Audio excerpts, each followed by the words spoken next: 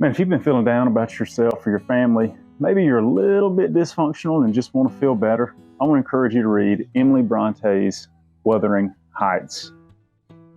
This book is so dysfunctional that I had to reread the passages several times to be sure that I, as the reader, was interpreting it correctly because it was so bizarre. So today in this quick review, we're going to be talking about challenges, benefits, what this book is, and what this book is not. So let's get started. So let's start off with challenges. The first one is the list of characters. The list of characters of this book is not overwhelming, but it's also not short. So you're going to have to pay attention and learn them one by one so that you can appreciate the beauty of all of these interesting and highly dysfunctional characters within this book. The second challenge that you may find is the writing style. So this book was written in the 1800s. The language was much more complex as compared to some of our newer writings today. So that's going to be a challenge, but I want to encourage you to fight through it because there's a real beauty in Emily Bronte's writing, and it kind of takes you back to another time when it seems like maybe education was a little bit deeper than it is today, especially in the literature realm.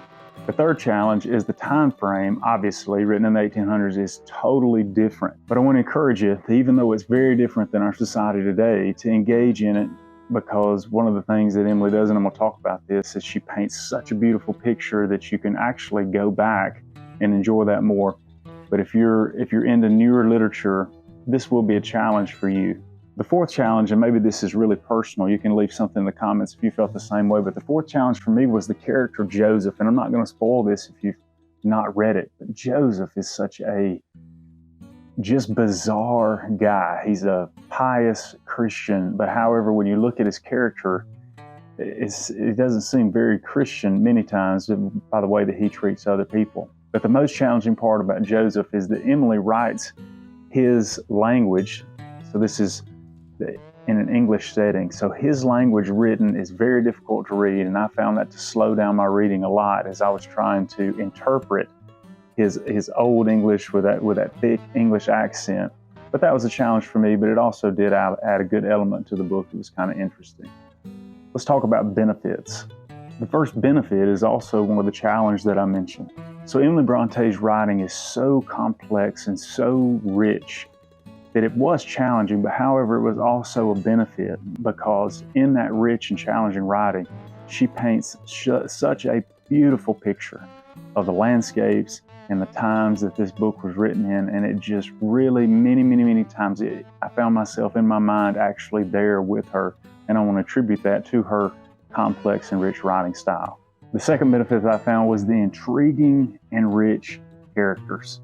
I don't know what Emily Bronte's life was like at home, but in her mind, she created some of the most unique characters that I've ever read. I mean, each one is so uniquely different, and just how they interacted with one another and the conversations that they had are just totally different from me because there's so much manipulation and revenge in this book, and how these characters interacted and how they fought to come up and make this revenge and have these revenge. It was just crazy. But man, being somebody that doesn't think like that, it allowed me into that mind, and that was a great benefit for me, and I had a lot of takeaways from that. The third benefit is Bronte's, we talked about this a little bit, but the detailed brush that she uses to paint the homes, the landscapes, and just that small segment of England. I mean, it isn't throughout the whole story, you're not taken outside the bounds of a couple of miles, but as she talked about the pastures and the different weather, the fall and the snow, the winters and the summertime, the spring, and it was almost as though she does such a good job that you're right there with her. You can actually feel the temperatures, you can see the leaves falling in the fall, you can feel the heat in the summertime, and then the rain during those rainy seasons. She just does an excellent job, something that I don't see or read as much in some of today's writers. I think that's definitely one of the greatest benefits, is her descriptive abilities in this book. The fourth benefit is about her creation of loops throughout the book. I'm going to be honest, even though this is a benefit, about halfway through the book, maybe 2/3 of the way through the book, I almost put it down. I just kind of got I don't know, a little bored with the whole dialogue and everything. It just seemed, I didn't know where it was going really, and it was so kind of dark in so many ways that I thought about putting it down. However, at that point, she creates this hook and creates such a mystery around what is going to happen that I noticed myself, I just couldn't put the book down.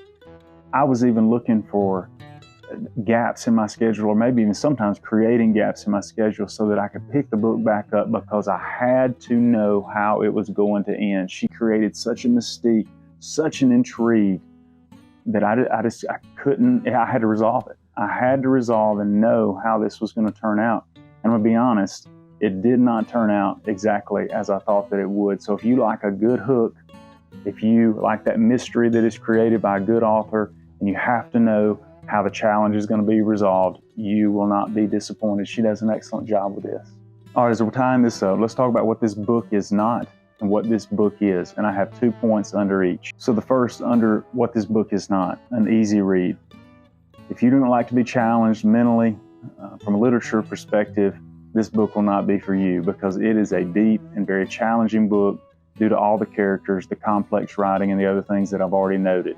So again, this book is not an easy read. The second thing that this book is not, and there may be some criticism from some of the viewers, may get some comments on this. In my opinion, this book is not a love story. I don't see very much love in this story outside of family, father-daughter, father-son relationships. Everything else is one big revenge story, it seems like. Now, you may read the book and find some love stories in here, and maybe there is.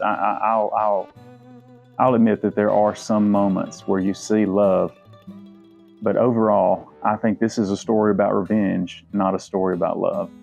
So let's talk about quickly what the book is. 2 things, and I just noted it and what it is not. It is not a love story, but what is it?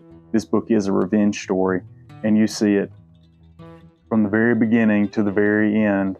This book is about something happening to somebody, an action taken against them, and then their plot and how they carry out and finalize that revenge. And it happens several times within the book. And I'm not saying that I love the revenge every time, but it was interesting to watch how they worked things out, and they did find revenge in several different aspects of this story.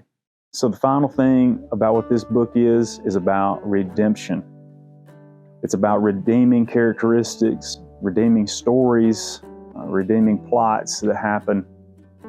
And even though it looks kind of dark, and I'm not trying to spoil this for anybody if you've not read it, but I just want to say that in the end, the one word that came to mind was redemption.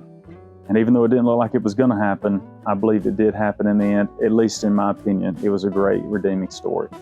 All right, so the final thing, would I recommend you to read this book?